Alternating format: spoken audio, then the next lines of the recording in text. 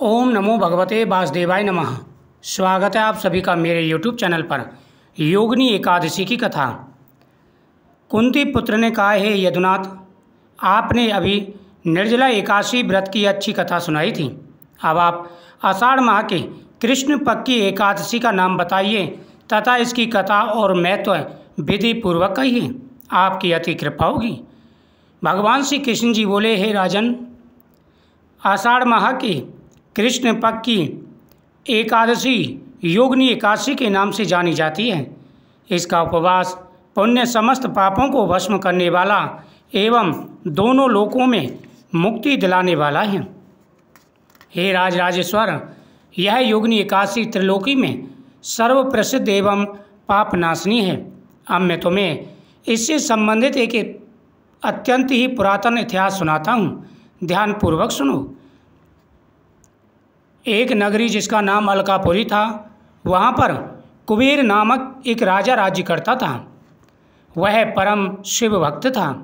अपनी पूजा अर्चना के लिए उसने हेममाली नामक एक माली नियुक्त किया था, जो राजा को पूजा अर्चना के लिए मानस सरोवर उपवन से पुष्प लाकर देता था।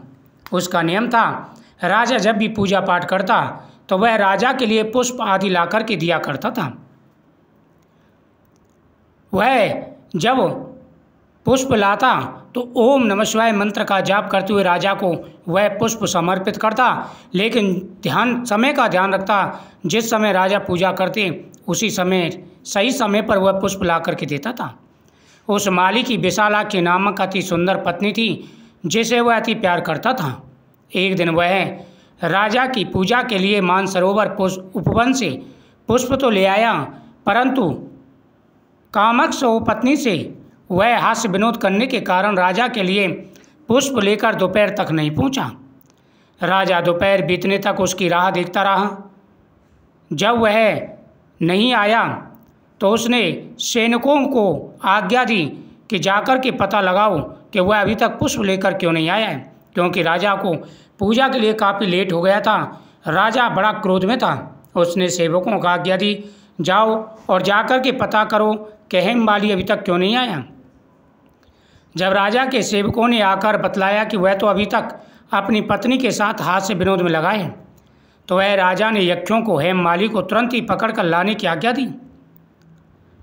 राजा के डर से भयभीत हो हेममाली उसके सम्मुख आकर डर से कांपता हुआ खड़ा हो गया। उसे देखकर राजा अत्यंत ही कुपित हो गया और बोला, अरे नीच महाकामी, तूने मेरे अत्यंत ही आदरणीय एवं पूजनीय देव महादेव का अपमान किया है।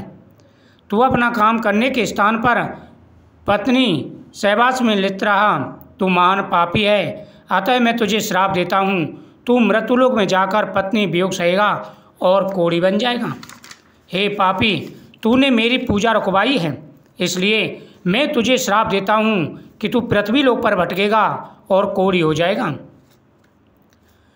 कुबेर के श्राप के अधीन वह उसी क्षण स्वर्गलोक से मृत्युलोक में आकर पत्नी से बिछुड़ गया और कोढ़ी बनकर महान दुख पाने लगा। परंतु शिव भक्ति के प्रभाव से उसकी स्मरण शक्ति बनी रही और पिछले जन्म के शुद्ध भी रही। श्राप तो उसे मिल गया और वह पृथ्वी पर आकर के कोढ़ी भी बन गया, लेकिन भगवान शिव की पूजा के कारण उसे अपने पिछले सारी बातों का याद रहा।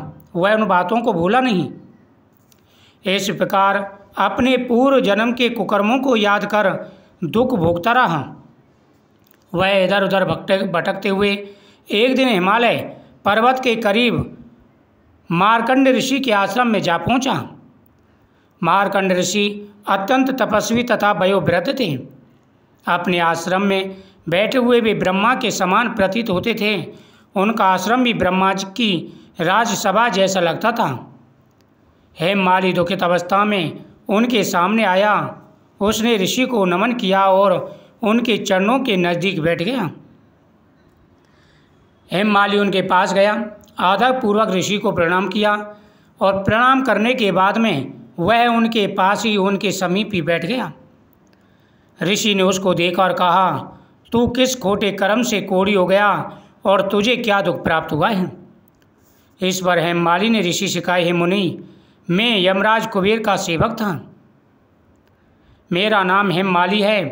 राजा की पूजा के लिए नित्य प्रति पुष्प लाता था। एक दिन अपनी पत्नी के साथ हास्य विनोद करते करते देर हो गई और दोपहर तक पुष्प लेकर ना पहुंचा। इस पर यमराज कुबेर ने मुझे श्राप दिया, तू अपनी पत्नी का वियोग सहेगा और मृत्युलोक में जाकर कोढ़ी बन तथा दुख भोग। इससे मैं कोढ़ी हो गया हूँ और महान दुख भोग रहा हूँ।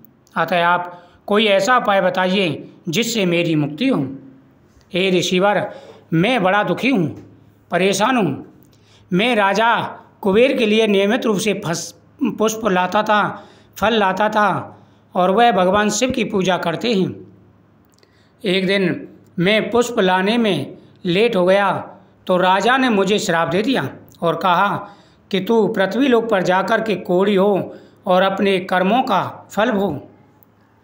उसकी व्यथा सुनकर ऋषिराज बोले, हे हेममाली, तूने सत्य वचन बोले हैं, अतः मैं तुझे मुक्ति का उपाय बताता हूँ।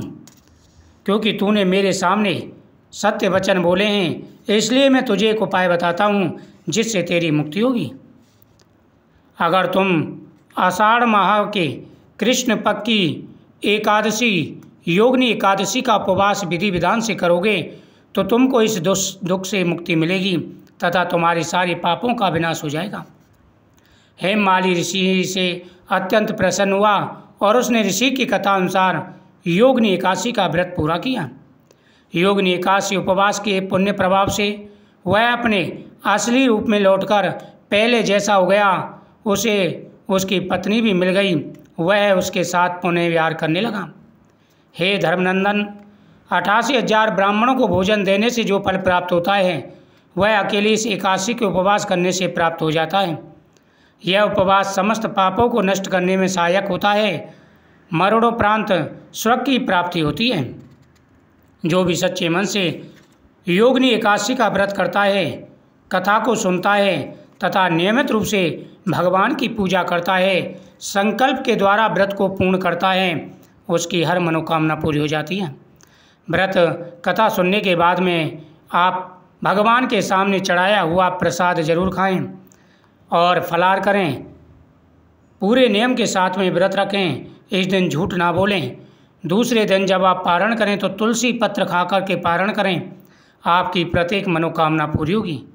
जो भी जीवन में परेशानी, दुख, कष्ट, संकट आ रहे हैं, सारे कष्ट और संकट दूर होंगे तथा भगवान का आशीर्वाद प्राप्त होगा। आपकी हर मनोकामना पूरी होगी। कृष्णाय वासुदेवाय हरि परमात्मने प्रणतक्लेशनाशाय गोविंदाय नमो नमः।